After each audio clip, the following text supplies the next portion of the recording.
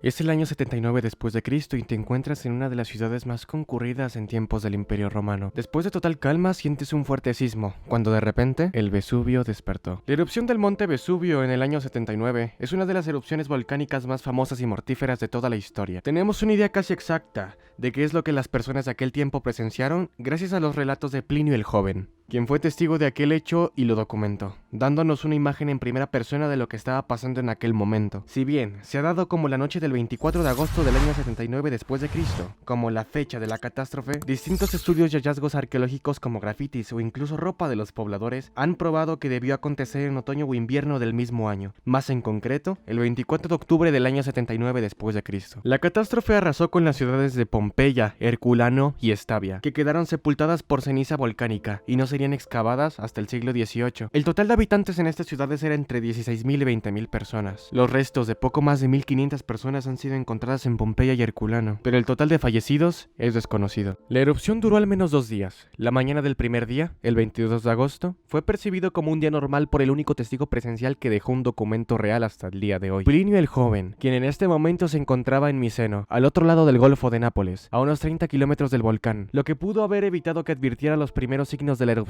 No tuvo oportunidad, ni siquiera menciona a Pompeya en su relato, por lo que no habría notado las primeras fisuras pequeñas y liberaciones de ceniza y humo del volcán. Cerca de la 1 de la tarde el Vesubio entró violentamente en erupción, lanzando una columna a gran altura, de la que comenzó a caer ceniza y piedra pómez. Plinio el Joven escribió: Hacía una hora que debía ser de día, y sin embargo reinaba alrededor una pálida luz crepuscular. Frente a nosotros había una horrorosa nube negra desgarrada, de vez en cuando por grandes lenguas de fuego. Me imaginé que ahora debía morir con todos los otros y que todos los otros debían morir conmigo. Eso fue un gran consuelo, aunque desgarrador. Hubo tan fuertes temblores y explosiones, que todo no solamente parecía moverse, sino también voltearse o ponerse del revés. El mar que se retira, el desmoronamiento de los edificios, y la oscuridad que avanza como si persiguiera a la multitud que huye. El poeta hispano Marcial describe la devastación de lo que en otro tiempo fue un lugar lleno de vida. He aquí el Vesubio, hace poco verde, bajo la sombra de los pámpanos. Aquí la noble uva había hecho desbordarse las cubas llenas de vino. Estas son las cumbres que Baco amó más que a las colinas de Nisa. En este monte danzaron los sátiros. Esta era la morada de Venus, más grata para ella que la Cedemonia. Este lugar era famoso por el nombre de Hércules. Todo yace sumergido en llamas y en siniestra ceniza. Ni los dioses del cielo hubieran querido que esto les fuese permitido.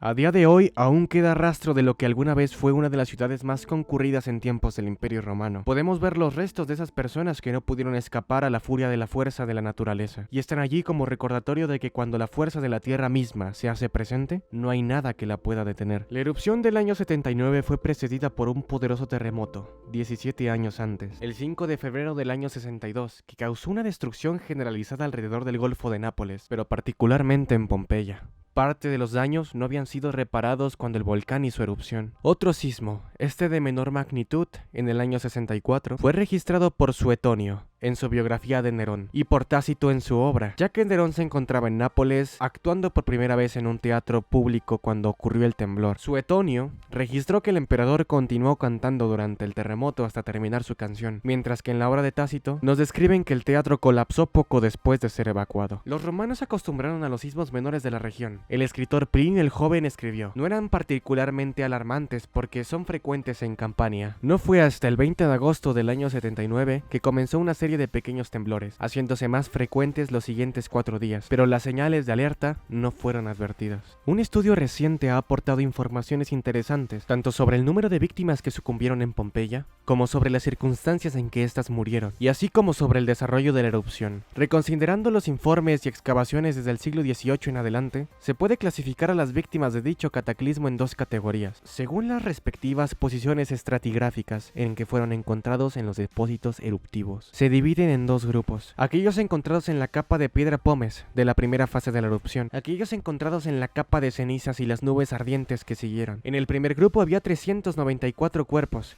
la mayoría 345 dentro de los edificios en donde la gente se había refugiado, y un buen número entre ellos fueron víctimas del colapso de los techos bajo el peso de las piedras pómez. El segundo grupo inicialmente se contabilizaban con 655 personas, entre las cuales un número considerable, 319, fueron encontradas al exterior de sus refugios, probablemente los que o intentaron escapar o los que observaban con relativa calma el volcán en la mañana del segundo día. En lo que antes era Pompeya, a día de hoy se mantienen en pie el teatro de las inmediaciones del Foro Triangular, que se fundó a finales del siglo III a.C. También en el foro, en una de las esquinas, pero con entrada en una calle adyacente, se encontraba el templo dedicado a Apolo y Diana. También a día de hoy se mantiene en pie el templo dedicado al emperador Vespasiano. Tenía que ver con el importante culto imperial, ya que el emperador, al morir, pasaba a ser considerado un ser divino. Igualmente, en las proximidades del foro, justo detrás de la basílica, se encontraba el templo de Venus, diosa de la guerra y la inteligencia, protectora de esta ciudad. En las proximidades del teatro se encontraron estos dos pequeños templos. El primero de ellos estaba dedicado a Júpiter Melikios, y el templo dedicado a la diosa Isis. Además de esto, un descubrimiento arqueológico reciente es un fresco que fue encontrado en el dormitorio de una casa en la calle del Vesubio. Se ve a Leda sentada con el cisne sobre su regazo, pero con una mirada que parece dirigirse hacia los que en su día cruzaban la puerta para entrar en la habitación de esta casa de Pompeya. No queda duda de que ese fatídico día del año 79 fue el peor día de la vida de miles de personas, y lo único que podemos hacer es mirar la ciudad que quedó perdida en el tiempo, admirarla e imaginarnos cómo pudo ser esta ciudad cuando era una de las más visitadas en tiempos del Imperio Romano. Si te gustó el video, suscríbete, dale like, intentaremos publicar cada semana. Esto es Historia y Punto. Hasta luego.